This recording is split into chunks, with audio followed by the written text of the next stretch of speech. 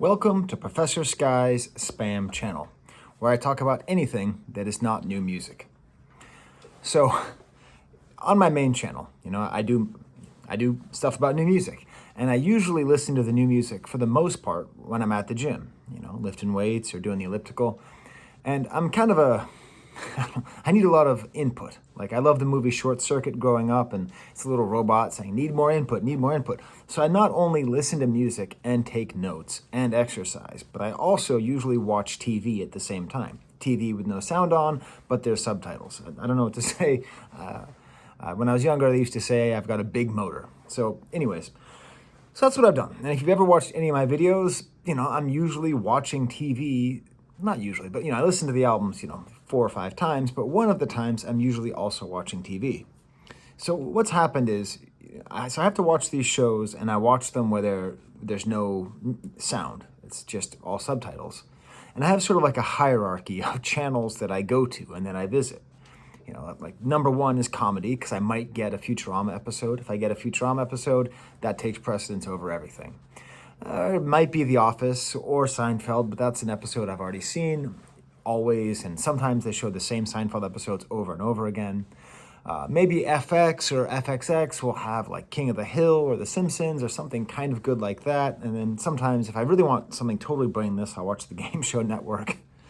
But then recently I've discovered by accident that on E, they have a lot of reality TV. So I have an interesting relationship with reality TV, like we all do. I've watched it ironically, I've watched it unironically throughout my life. I find it an important phenomenon to study. But what I find most interesting about reality TV is when real human drama makes its way into the facade. Because the whole thing about reality TV is that it's not real. I mean, what frustrates me the most is that, what I like to say is that all the truth is in fiction, right? If you want to know the truth about the human condition, the way people write about it in fiction is the most honest that we usually are about how we feel and what life is like. So that's why I don't stand for people looking down on fiction. So reality TV is interesting because it's always scripted, but then sometimes real life comes in. So there's this show, Paris in Love, and it sounds exactly as bad as you think it is. I mean, it is as bad as you think it sounds. It's all about Paris Hilton, and she's about to get married, and so it's all following her around. But somehow, the episode that I caught, I'm not ashamed to say, it's the 3rd or 4th episode of this show I've watched. I saw an episode which, to my mind, was the most stirring human drama I have seen on television this year. I'm including Mayor of Easttown, and I'm including Severance, and I'm including, what's that one, Succession. I'm including all of that. It's an amazing, stirring moment, and I want to really draw attention to it because it is so easy to dismiss both Paris Hilton and reality TV. The thing that makes reality TV so interesting is that it really invites a snarl, just a sense of superiority. You laugh at it. I think a lot about the show Simple Life. I had a friend who lived in Europe for like 10 years. He lived in Italy and in Spain and in France where I met him. And he hadn't been back to America in a long time. And he said, Sky, catch me up. Like what do I need to know about America? And I just said, Paris Hilton. He's like, what do you mean? Just, that's what's up. Like, that's what's happening in our culture right now.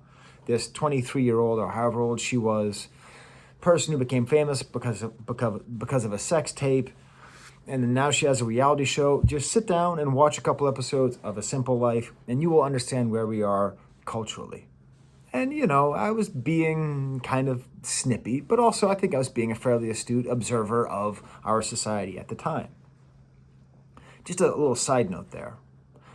So there's 2 female celebrities who were made famous largely on the back of their sex tapes, who were like celebrities in sort of the gossip columns, but then became international celebrities because of a sex tape. And they both got a lot of hell for it, talking about Paris Hilton and Kim Kardashian. But look at what they've done with their stardom. As we're going to be talking about, Paris Hilton is actually trying to address something, is going to Congress. Kim Kardashian has done a lot. They've actually done a fair amount with their stardom. Yet their male partners Rick Solomon, who I think is in the running for like one of the worst human beings in popular culture, is not a household name for being a villain. He went on to become a noted poker player. Ray J is fine, I guess. He made Raycons, which do not sponsor me. I don't use Raycons. I go on Amazon and I buy these $10 Bluetooth speakers that have wires. That's what I do. That's who sponsors me.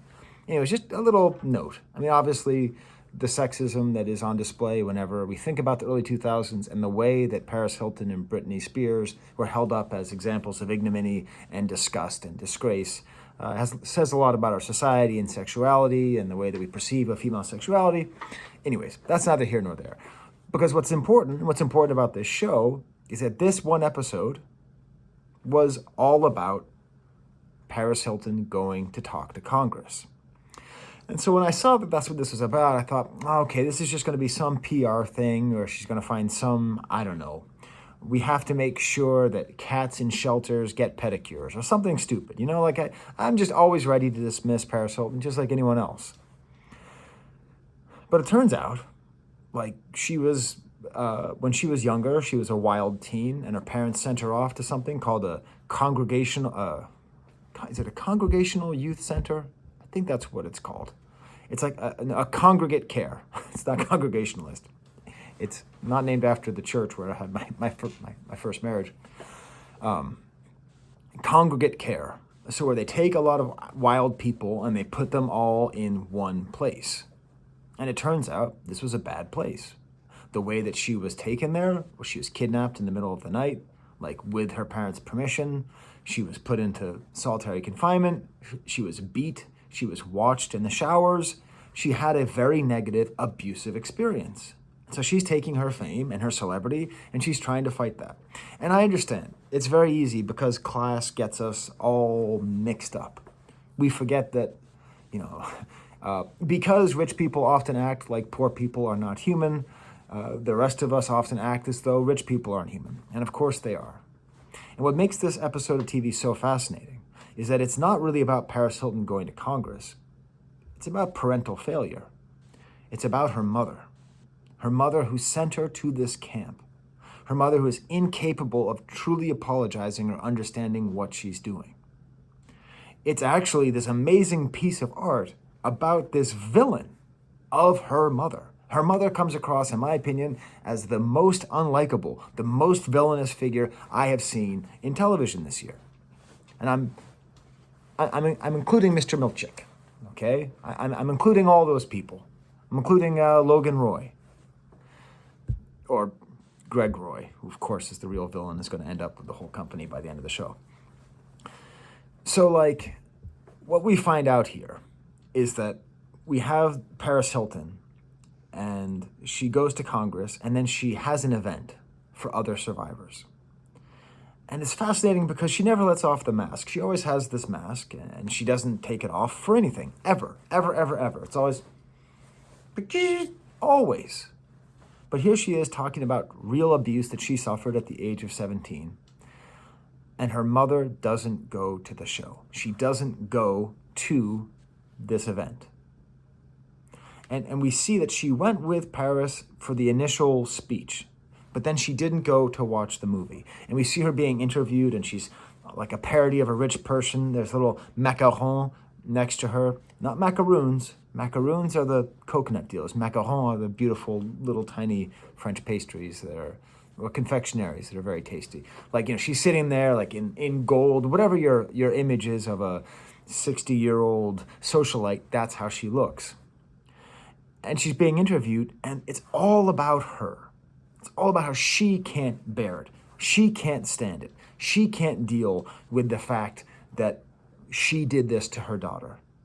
And what makes this such a powerful whole scene is that the truth about abuse and about familial abuse and about upper crust waspy values and the poison of this comes through in this whole interaction.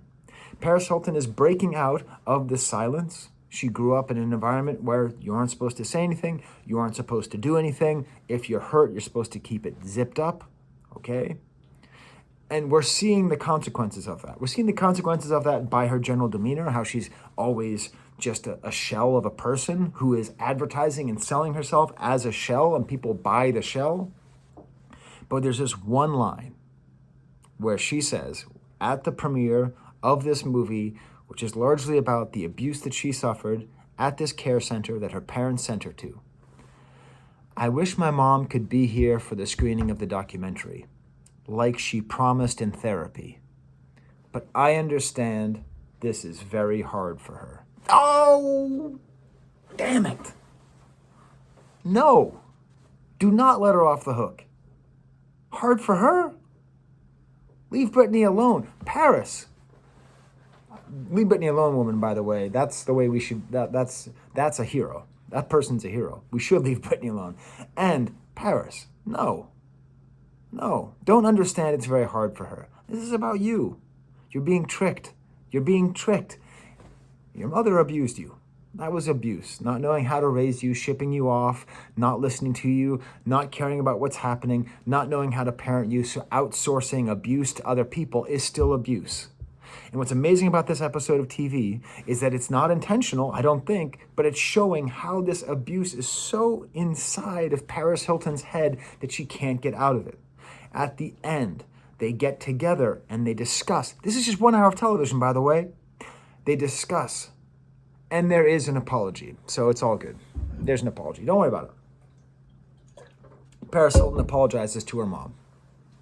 She apologizes for making her uncomfortable. And so we see the abuse continues. The mask is glued to Paris Hilton's face.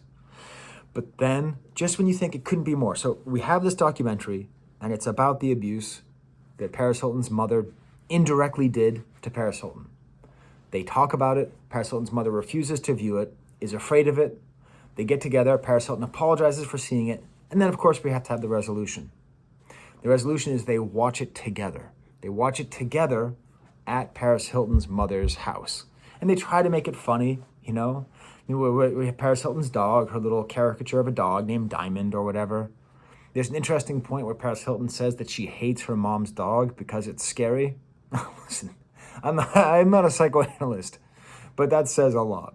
I hate my mom's dog because she's scary and withholding. And then they go to watch the movie together. The mom says that she'll do this to make her feel good. And the whole time, the mom just keeps saying, this is scary for me too. And in the end, this is not about Kathy Hilton confronting the abuse that she did to her daughter. This is about Kathy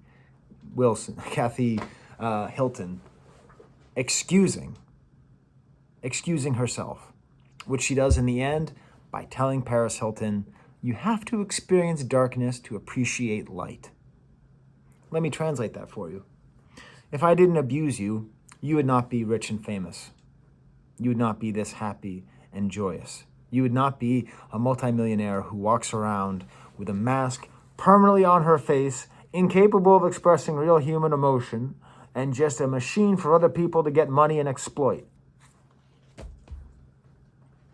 It's insidious. That's what this is. The insidiousness of wealth, the insidiousness of these values. And it ends with her hugging her daughter and Paris Hilton saying, I love you, Mom. This is supposed to be a happy ending. And I'm sorry I don't have edited clips. I don't edit clips in. If somebody wants to edit clips in, I'll take this video down. If you find it and do it, I'll give you credit and everything. You want to do that? Please, let me know. Hell, I'll send you the files. This file. But you have to imagine this moment. They hug and she says, I love you, Mom. And this is where our culture really values forgiveness.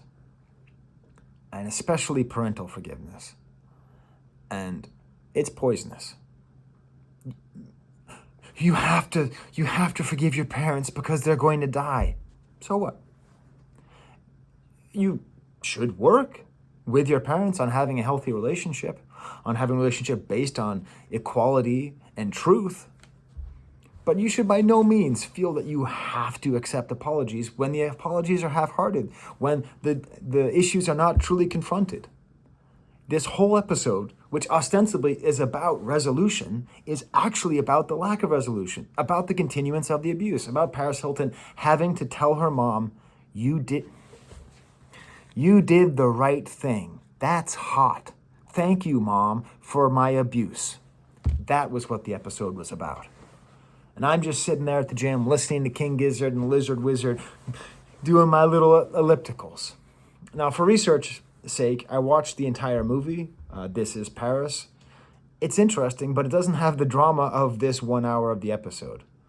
There's some interesting moments where she draws the correlation between the abuse that she suffered in this home and the way that she has abusive relationships, this kind of boyfriend character.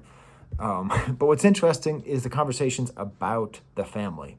And this does help because it enlarges the family dynamics so you understand the poisonous of, and I'm saying the poisonous of the Hilton family, but it's not. This is the poison of this kind of socialite family, this kind of family that believes in not confronting emotional issues.